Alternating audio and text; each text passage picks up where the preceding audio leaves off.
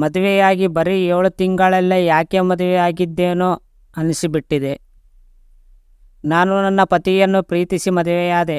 ಆದರೆ ಮದುವೆಯಾಗಿ ಕೆಲವೇ ತಿಂಗಳಲ್ಲಿ ಆಕೆಯ ನಡವಳಿಕೆಯಿಂದ ಬೇಸತ್ತು ಹೋಗಿದ್ದೇನೆ. ನಾನು ವಿವಾಹಿತ ವ್ಯಕ್ತಿ. ನಮ್ಮದು ಪ್ರೇಮ ವಿವಾಹ. ನಾವಿಬ್ಬರೂ ಆನ್ಲೈನ್ನಲ್ಲಿ ಭೇಟಿಯಾಗಿ 6 ತಿಂಗಳ ನಂತರ ನಾವು ಮದುವೆಯಾಗಲು ನಿರ್ಧರಿಸಿದೆವು.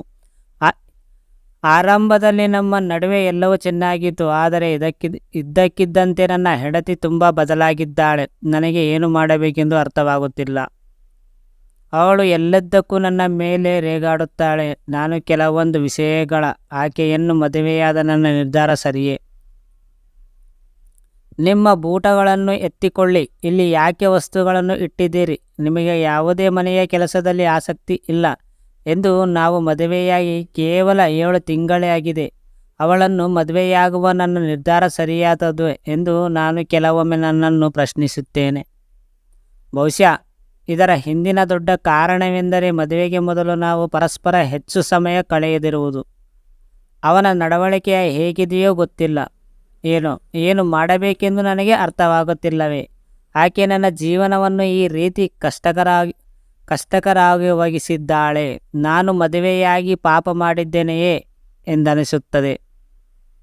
ದಾಂಪತ್ಯ ಅತ್ಯಂತ ಸೂಕ್ಷ್ಮವಾದ ಸಂಬಂಧವಾಗಿದ್ದು ಇದರಲ್ಲಿ ಪತಿ ಪತ್ನಿ ಪರಸ್ಪರ ಆಸರೆಯಾಗಬೇಕು ಮತ್ತು ಬಹಳ ಬುದ್ಧಿವಂತಿಕೆಯಿಂದ ನಡೆಯಬೇಕು.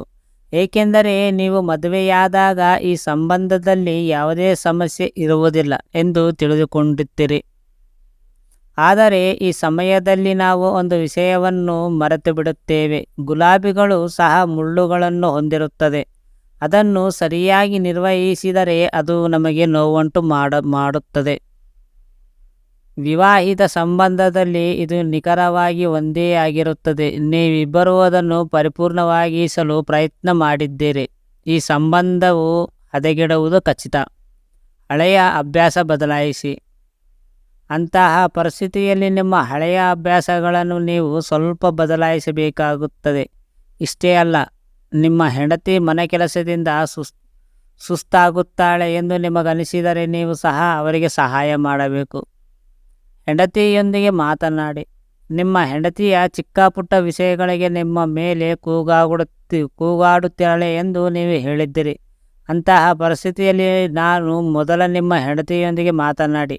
ಆಕೆಗೆ ನಿಮ್ಮಿಂದ ಏಕೆ ಬೇಕು ಎಂದು ಕೇಳಿ. ಆಕೆ ಮನೆ ಕೆಲಸಗಳಲ್ಲಿ ನೀವು ಸಹಾಯವನ್ನು ಬಯಸುತ್ತಿದ್ದಾಳೆ ಅಥವಾ ನೀವು ವಿಷಯಗಳನ್ನು ನಿರ್ವಹಿಸುವ ಉತ್ತಮವಾಗಿಲ್ಲ ಎಂದು ಅವಕಾಶದಿಂದ ಆಕೆಗೆ ಸಮಸ್ಯೆ ಇದೆ.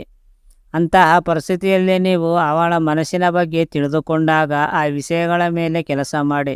ಇಲ್ಲದಿದ್ದರೆ ನಿಮ್ಮಿಬ್ಬರ ನಡುವೆ ಸಮಸ್ಯೆ ಉದ್ಭವಿಸುತ್ತವೆ. ನಿಮ್ಮ ಹೆಂಡತಿಯ ದೂಷಿಸಬೇಡಿ. ನಿಮ್ಮ ಮಾತುಗಳನ್ನೆಲ್ಲ ಕಳೆದ ಮೇಲೆ ನಿಮ್ಮ ಹೆಂಡತಿಯ ಮನೆ ಕೆಲಸದಲ್ಲಿ ಸಹಾಯ ಮಾಡಿ. ಅವಳು ಎಲ್ಲವನ್ನೂ ತಾನೇ ಮಾಡುತ್ತಿದ್ದಾಳೆ ಎಂದು ಅವಳಿಗೆ ಅನಿಸಿದಂತೆ ನಿಮ್ಮ ಕೈಲಾದಷ್ಟು ಸಹಾಯ ಮಾಡಿ. ಏಕೆಂದರೆ ನಿಮ್ಮ ದಾಂಪತ್ಯವನ್ನು ಯಶಸ್ವಿಗೊಳಿಸಲು ನೀವು ಸ್ವಲ್ಪ ಪ್ರಯತ್ನವನ್ನು ಮಾಡಬೇಕಾಗುತ್ತದೆ.